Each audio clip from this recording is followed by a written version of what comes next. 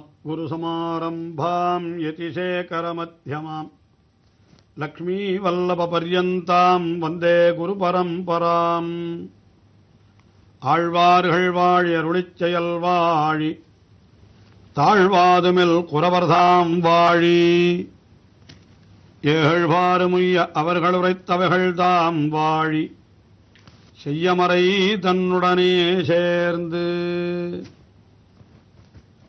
திருச்சந்த விருத்தமாகிய உயர்ந்த திவ்ய பிரபந்தத்திலே திருமிழிசைப் பிரான் எம்பெருமானை பலவாறு அனுபவித்தார். அப்படி அனுபவித்தவர் நாமும் அந்த அனுபவத்தை பெற வேண்டும் என்பதற்காக இந்த உலகத்திலே உள்ள நமக்கும் கூட பல பல உபதேசங்களை எல்லாம் செய்து போந்தார். அந்த எம்பெருமானையே பற்றுங்கள், அவனுடைய திருவடிகளையே வாழ்த்துங்கள், அவனிடத்திலேயே பக்தியை செலுத்துங்கள், அப்பொழுதுதான் வீடு பேறு கிடைக்கும், இல்லை என்றால் வீடு பேறு கிடைக்காது என்பதாக நமக்கு விஷயங்களை தெரிவித்தார்.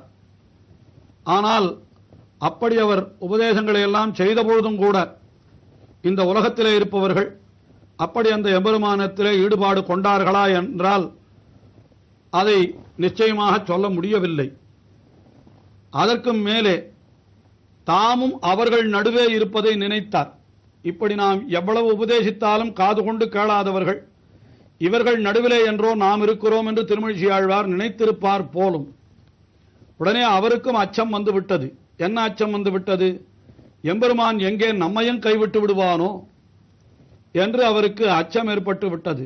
உடனே எம்பெருமான் தன்னை என்ன செய்ய போகிறான் என்று தெரியவில்லையே என்று அந்த எம்பெருமானை பற்றி இவர், அதாவது தன்னை எம்பெருமான் தன்னுடைய திருவடிகளிலே சேர்த்து கொண்டு தனக்கு உயர்ந்த பேற்றை தரப்போகிறானா அல்லது இன்னும் இந்த பொல்லாத சம்சாரத்திலேயே வைத்திருந்து தன்னை துன்புறுத்த போகிறானா என்று தெரியவில்லையே என்று அந்த விஷயத்தையே இந்த பாசுரத்திலே தெரிவிக்கிறார். இந்திரக்க வைத்த நன்கொல் அந்நின்னு தன்கழற்கு அன்புரைக்க வைத்த நாள் அறிந்த நன்கொலாழியான் அறிவிலாதனாயினே எந்திரத்திலென்கொள் எம்பிரான் குறிப்பில் வைத்ததே. எம்பிரான் எந்திரத்தில் என்கொல் குறிப்பில் வைத்தது. எம்பிரானான எம்பெருமான் தன்னுடைய திருவுள்ள குறிப்பிலே என்கொல் வைத்தது. என்கொல் என்னால் என்ன வைத்திருக்கிறான் என்று தெரியவில்லையே, நம்மை என்ன செய்ய போகிறான் என்னால் அதை தெரிவிக்கிறார் முன்னடிகளிலே. பின் பிறக்க வைத்த நன்கொல், என்னை இன்னும் பல பல பிறவிகள் பிறக்க வைத்திருக்கிறானோ. ஏற்கனவே எத்தனையோ பிறவிகள் பிறந்திருந்தோம். ஆழ்வார் தெரிவிக்கிறார் தம்மை பற்றி, அவரும் மாறி மாறி பல பிறப்பும் பிறந்து என்று இப்படி நித்திய சம்சாரியாய் பல பல பிறவிகள் பிறந்தவர் தாமே. ஆனால் இந்த பிறவியிலேதான், அதாவது இப்பொழுது ஆழ்வாராக இருக்கின்ற இந்த பிறவியிலேதான் எம்பெருமானுடைய விசேஷ கட்டாட்சம் அவர் மீது விழுந்தது. அதனாலே அவரும் அறியாமையை நீங்கி அவர் உயர்ந்த ஞானத்தை பெற்று அவனை அனுபவிக்க தொடங்கி இருக்கிறார். ஆனாலும் கூட இந்த சம்சாரத்திலேயே தன்னை தொடர்ந்து வைத்திருக்கிறபடியினாலே ஆழ்வாருக்கே சந்தேகம் வந்து விட்டது. தன்னை மோட்சலோகத்திற்கு அழைத்து செல்வானா அல்லது இங்கேயே வைத்து விடுவானா தெரியவில்லையே.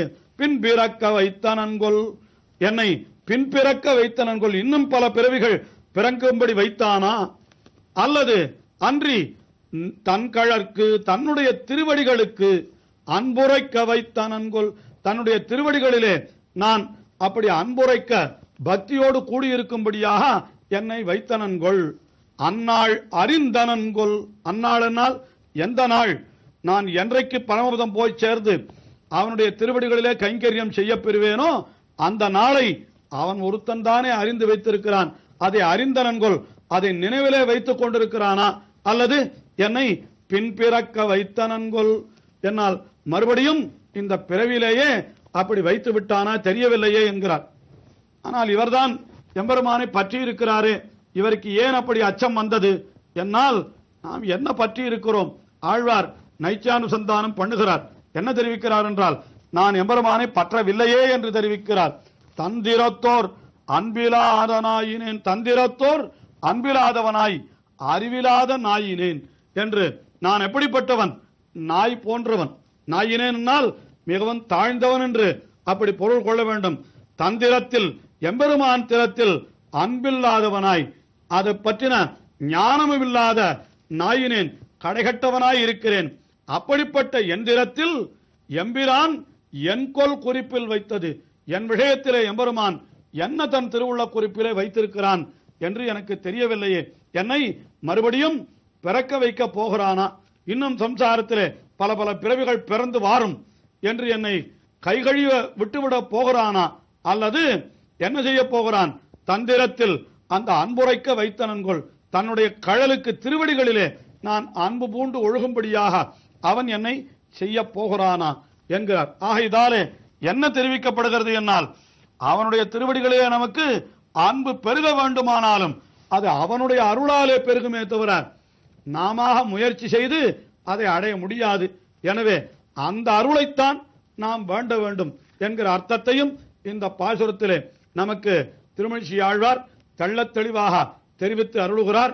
ஆக இப்படி இந்த 84வது பாசுரத்திலே தெரிவித்தவர்.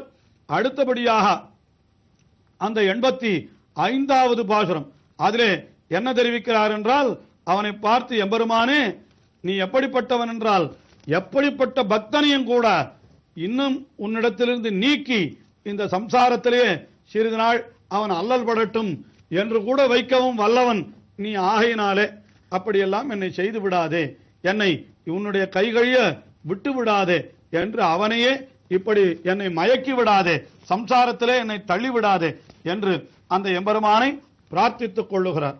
அச்சராவணை கிடந்த நாதபாத போதினில் வைத்த சிந்தை வாங்கு வித்து நீங்கு விக்க நீயினம் வைத்தவல்லையாதலால் அறிந்தனன் மாயமே உச்சனின் மயக்கினில் மயக்கலன் நமாயனே.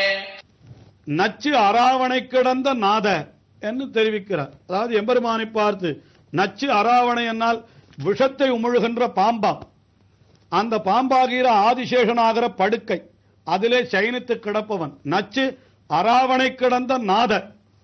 அந்த நாதனுடைய பாதம் அது திருவடி. அந்த பாதம் என்கிறது எப்படி இருக்கிறது என்னால் ஒரு போது, அது மலர், அதாவது திருவடி தாமரை. பாத போது என்னால் திருவடி தாமரை என்று அப்படி நாம் பொருள் கொள்ள வேண்டும். நச்சராவணை கிடந்த நாதனாகிய எம்பெருமான் அவனுடைய திருவடி தாமரை. அந்த பாத போதினில் வைத்த சிந்தை, அதிலே வைக்கப்பட்ட பக்தி. அது எவனாவது ஒருத்தன் எம்பெருமானுடைய திருவடிகளிலே மிகவும் ஈடுபட்டு ஆசை வைத்திருந்தாலும் கூட எம்பெருமான் என்ன செய்வான், இவன் நம்முடைய திருவடிகளிலே வைத்திருக்கிற பக்தி உண்மையானது தானா அல்லது இவன் மேலுக்கு வைத்திருக்கிறானா என்று பரிசோதிப்பவன் போல சில விஷயங்களை காட்டி நம்மை மயக்கியும் விடுவானாம் சில சமயத்திலே எம்பெருமான். அதைத்தான் இந்த பாசுரத்திலே திருமழிசை பிரான் தெரிவிக்கிறார். நச்சராவணை கிடந்த நாதபாத போதினில் வைத்த சிந்தை வாங்குவித்து, உன்னுடைய திருவடிகளிலே வைத்த சிந்தையை வாங்குவித்து என்னால் அதை அங்கிருந்து எடுத்து விட்டு நீ என்ன செய்வாய், நீங்குவிக்க, உன்னை விட்டு நான் நீங்கும்படியாக நீ செய்து விடுவாய். நீ இன்னும் இப்படியெல்லாம் செய்யக்கூடியவன் என்று மேலே தெரிவிக்கிறார். இப்படி மெய்த்தன் வல்லை, இப்படி நீ உண்மையாகவே செய்யக்கூடியவன், மெய்யாகவே நீ வல்லை சமர்த்தனாக இருக்கிறாய். அதாவது உன்னுடைய திருவடிகளிலே பக்தி வைத்தவர்களை கூட சற்று தடுமாறும்படி செய்து, இந்த உலகத்திலே இருக்கக்கூடிய விஷயங்களிலே அவர்களுக்கு புத்தி போகும்படி செய்து, அதிலேயும் ஆசை பெறும்படியாக எம்பெருமான் பண்ணியிருக்கிறான். கோவிந்த சுவாமி என்று ஒருத்தனான், அவனை பற்றி புராணங்களிலே தெரிவிக்கப்பட்டிருக்கிறது. அவன் எம்பெருமானிடத்திலே தான் பக்தியை பண்ணினான். ஆனால் அங்கேயும் கூட அவனுக்கு கொஞ்சம் இன்னும் இந்த உலக இன்பங்களை அனுபவிக்கவில்லையே என்று இப்படி ஒரு சிறிய ஆசை இருந்ததாம். போய் நீ உலக இன்பங்களை அனுபவித்து விட்டு வா என்றே எம்பெருமான் அவனை அனுப்பி வைத்து விட்டானாம். திருமங்கை ஆழ்வார் அதை திருவரங்க பதிகத்திலே அப்படி மிக அற்புதமாக காட்டுகின்றார். போகம் நீ எய்தி பின்னும் நம்மிடக்கே போதுவாய் என்று அவனை பார்த்து சொன்னார். அதுபோல இங்கேயும் கொள்ளலாம். என்ன கொள்ளுகிறார், நான் நாத உன்னுடைய பாத போதினில் வைத்த சிந்தையை நீ என்ன செய்வாய், நீ அதை மாற்றி என்கிறார். அதை மாற்றி நீங்குவிக்க நீ இன்னும் மெய்த்தன் வல்லை. ஆதலால் ஆகினாலே மாயனே நான் உன்னை பிரார்த்தித்துக் கொள்ளுகிறேன். மிகவும் ஆச்சரியமான சக்திகள் எல்லாம் நீ படைத்தவன். நீ என்ன செய்ய வேண்டும் என்னால் நின் மாயமே உய்த்து என்னை நீ மயக்க வல்லை. ஆனால் அப்படி மயக்கி விடாதே. உய்த்தினின் மயக்கினில் மயக்கலென்னை மாயனே என்றால் உய்த்து நான் உஜ்ஜீவிக்கும்படி நீ என்னை செய்ய வேண்டும். நின் மயக்கினில் என்னை மயக்கேல், மயக்கல் என்னால் மயக்கேல், உன்னுடைய மயக்கிலே என்னை மயக்கி விடாது. அதாவது தெய்வீ ஹேஷா குணமயி மம மாயா துரத்தியா என்று கண்ணபிரானே தெரிவித்திருக்கிறான் பகவத்கீதையிலே. இந்த சாத்விகம், ராஜசம், தாமசம் என்ற 3 நாளே இப்படி சுற்றப்பட்ட இந்த மாயை, இதை யாரும் ஒருத்தரும் அதிலிருந்து தப்பவே முடியாதாம். அதை பகவானே தெரிவிக்கிறான். மாமேவையே பிரபத்யந்தே மாயாம் ஏதாம் தரந்தித்தே என்று என்னையே எவன் பற்றுகிறானோ அவன்தான் இந்த மாயையெல்லாம் கடக்கிறான் என்று கீதையிலே தெரிவித்திருக்கிறான்.